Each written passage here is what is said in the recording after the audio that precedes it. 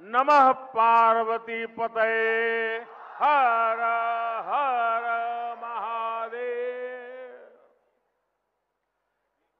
उत्तर प्रदेश के ऊर्जावान मुख्यमंत्री योगी आदित्यनाथ जी, केंद्रीय मंत्रिमंडल में मेरे साथी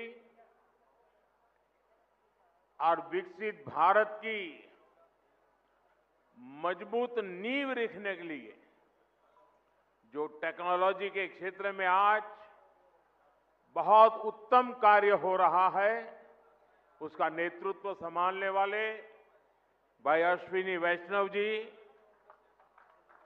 टेक्नोलॉजी के जरिए हमारे साथ इस कार्यक्रम में जुड़े एर्नाकुलम से केरला के राज्यपाल श्री राजेंद्र अर्लेकर जी, केंद्र में मेरे साथी सुरेश गोपी जी, जॉर्ज कुरियन जी, केरला के इस कार्यक्रम में उपस्थित अन्य सभी मंत्री, जनप्रतिनिधिगण, फिरोजपुर से जुड़े केंद्र में मेरे साथी, पंजाब के नेता रवनीत सिंह बिट्टू जी, वहां उपस्थित सभी जनप्रतिनिधि, लखनऊ से जुड़े यूपी के डिप्टी सीएम ब्रजेश पाठक जी, अन्य महानुभाव और यहां उपस्थित काशी के मेरे परिवारजन,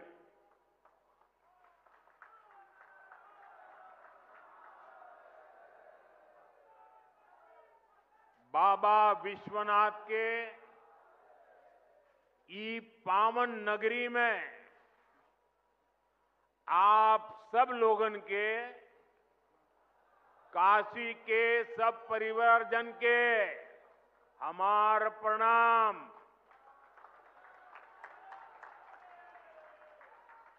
हम देखनी देव दीपावली पर कितना अद्भुत आयोजन भइल। अब आज का दिन भी बड़ा शुभ है। हम ई विकास पर्व के आप सब लोग के शुभकामना देत है। साथियों, दुनिया भर के विकसित देशों में आर्थिक विकास का बहुत बड़ा कारण वहां का इंफ्रास्ट्रक्चर रहा है।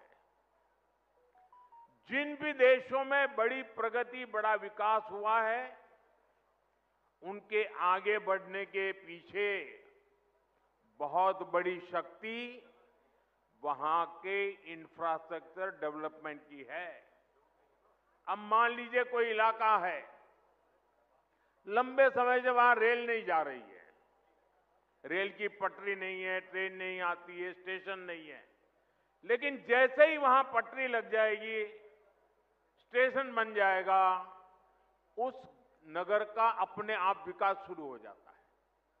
किसी गांव के अंदर सालों से रोड ही नहीं है, कोई रास्ता ही नहीं, कच्चे मिट्टी के रास्ते पर लोग जाते आते रहते हैं, लेकिन जैसे ही एक छोटा सा रोड बन जाता है, किसानों की आवाज आई, किसानों का माल वहां से बाजार में जाना शुरू हो जाता है। मतलब इंफ्रास्ट्रक्चर यानी बड़े बड़े ब्रिज, बड़े बड़े हाईवे, इतना ही नहीं होता है। कहीं पर भी जब ऐसी व्यवस्थाएं विकसित होती है तो उस क्षेत्र का विकास शुरू हो जाता है। जैसा हमारा गांव का अनुभव है, जैसा हमारे कस्बे का अनुभव है, जैसा हमारे छोटे नगर का अनुभव है, वैसा ही पूरे देश का भी होता है। कितने एयरपोर्ट बने, कितनी वंदे भारत ट्रेनें चल रही हैं, दुनिया के कितने देशों से हवाई जहाज आते हैं, ये सारी बातें विकास के साथ जुड़ चुकी है। और आज भारत भी बहुत तेज गति से इसी रास्ते पर चल रहा है। इसी कड़ी में आज देश के अलग अलग हिस्सों में नई वंदे भारत ट्रेनों की शुरुआत हो रही है। काशी से खजुराहो वंदे भारत के अलावा फिरोजपुर दिल्ली वंदे भारत, लखनऊ सहारनपुर वंदे भारत और एर्नाकुलम बेंगलुरु वंदे भारत, इसको भी हरी झंडी दिखाई गई है। इन 4 नई ट्रेनों के साथ ही अब देश में 160 से ज्यादा नई वंदे भारत ट्रेनों का संचालन होने लगा है। मैं काशी वासियों को, सभी देशवासियों को इन ट्रेनों की बहुत बहुत बधाई देता हूं। साथियों, आज वंदे भारत, नमो भारत और अमृत भारत जैसी ट्रेनें भारतीय रेलवे की अगली पीढ़ी की नींव तैयार कर रही है। ये भारतीय रेलवे को ट्रांसफॉर्म करने का एक पूरा अभियान है। वंदे भारत भारतीयों की, भारतीयों द्वारा, भारतीयों के लिए बनाई हुई ट्रेन है, जिस पर हर भारतीय को गर्व है। वरना पहले हम कर सकते हैं क्या? ये तो विदेश में हो सकता है, हमारे यहां होने लगा कि नहीं होने लगा? हमारे देश में बन रहा है कि नहीं बन रहा है? हमारे देश के लोग बना रहे हैं कि नहीं बना रहे? ये हमारे देश की ताकत है। और अब तो विदेशी यात्री भी वंदे भारत को देखकर अचंभित होते हैं। आज जिस तरह से भारत ने विकसित भारत के लिए अपने साधनों को श्रेष्ठ बनाने का अभियान शुरू किया है, ये ट्रेनें उसमें एक मील का पत्थर बनने जा रही है। साथियों, हमारे भारत में सदियों से तीर्थ यात्राओं को देश की चेतना का माध्यम कहा गया है। ये यात्राएं केवल देव दर्शन का मार्ग नहीं है, बल्कि भारत की आत्मा को जोड़ने वाली पवित्र परंपरा है। प्रयागराज, अयोध्या, हरिद्वार, चित्रकूट, कुरुक्षेत्र, ऐसे अनगिनत तीर्थ क्षेत्र हमारी आध्यात्मिक धारा के केंद्र है। आज जब ये पावन धाम वंदे भारत के नेटवर्क से जुड़ रहे हैं, तो एक तरह भारत की संस्कृति, आस्था और विकास की यात्रा को जोड़ने का भी काम हुआ है। ये भारत की विरासत के शहरों को देश के विकास का प्रतीक बनाने की तरफ एक अहम कदम है। साथियों, इन यात्राओं का एक आर्थिक पहलू भी होता है, जिसकी उतनी चर्चा नहीं होती। बीते 11 वर्षों में यूपी में हुए विकास कार्यों ने तीर्थाटन को एक नए स्तर पर पहुंचा दिया है। पिछले साल बाबा विश्वनाथ के दर्शन के लिए 11 करोड़ श्रद्धालु काशी आए थे।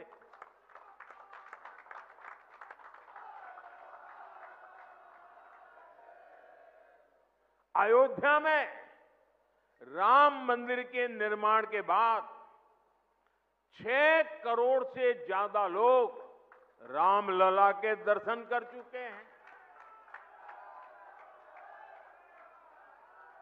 यूपी की अर्थव्यवस्था को इन श्रद्धालुओं ने हजारों करोड़ रुपए का लाभ पहुंचाया है। इन्होंने यूपी के होटलों, व्यापारियों, ट्रांसपोर्ट कंपनियों, स्थानीय कलाकारों, नाव चलाने वालों को निरंतर कमाई का अवसर दिया है। इसके कारण अब बनारस के सैकड़ों नौजवान अब ट्रांसपोर्ट से लेकर बनारसी साड़ियों तक हर एक चीज में नए नए व्यापारों को शुरू कर रहे हैं। इन सब की वजह से यूपी में, काशी में समृद्धि का द्वार खुल रहा है। साथियों, विकसित काशी से विकसित भारत का मंत्र साकार करने के लिए हम लगातार यहां भी इंफ्रास्ट्रक्चर के अनेक काम कर रहे हैं।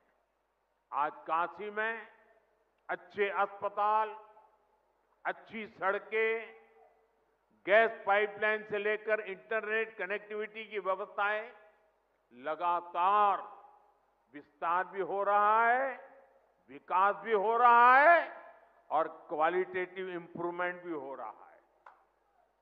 रोपवे पर तेजी से काम हो रहा है। गंजारी और सीगरा स्टेडियम जैसे स्पोर्ट्स इंफ्रास्ट्रक्चर भी अब हमारे पास है। हमारा प्रयास है कि बनारस आना, बनारस में रहना और बनारस की सुविधाओं को जीना सबके लिए खास अनुभव बने। साथियों, हमारी सरकार का प्रयास काशी में स्वास्थ्य सेवाओं में लगातार सुधार का भी है। 10-11 साल पहले स्थिति ये थी कि गंभीर बीमारी का इलाज कराना हो तो लोगों के पास सिर्फ बीएचयू का विकल्प होता था और मरीजों की संख्या इतनी ज्यादा होती थी कि पूरी रात खड़े रहने के बाद भी इन्हें इलाज नहीं मिल पाता था। कैंसर जैसी गंभीर बीमारी होने पर इलाज के लिए लोग जमीन और खेत बेचकर मुंबई जाते थे। आज काशी के लोगों की इन सारी चिंताओं को हमारी सरकार ने कम करने का काम किया है। कैंसर के लिए महामना कैंसर अस्पताल, आंख के इलाज के लिए शंकर नेत्रालय, बीएचयू में बना अत्याधुनिक ट्रॉमा सेंटर और शताब्दी चिकित्सालय, पांडेयपुर में बना मंडलीय अस्पताल, ये सारे अस्पताल आज काशी, पूर्वांचल समेत आसपास के राज्यों के लिए भी वरदान बने हैं। इन अस्पतालों में आयुष्मान भारत और जन औषधि केंद्र की वजह से आज गरीबों को लाखों लोगों के करोड़ों रुपयों की बचत हो पा रही है। एक तरफ इससे लोगों की चिंता खत्म हुई है, दूसरी तरफ काशी इस पूरे क्षेत्र की हेल्थ कैपिटल के रूप में जाना जाने लगा है।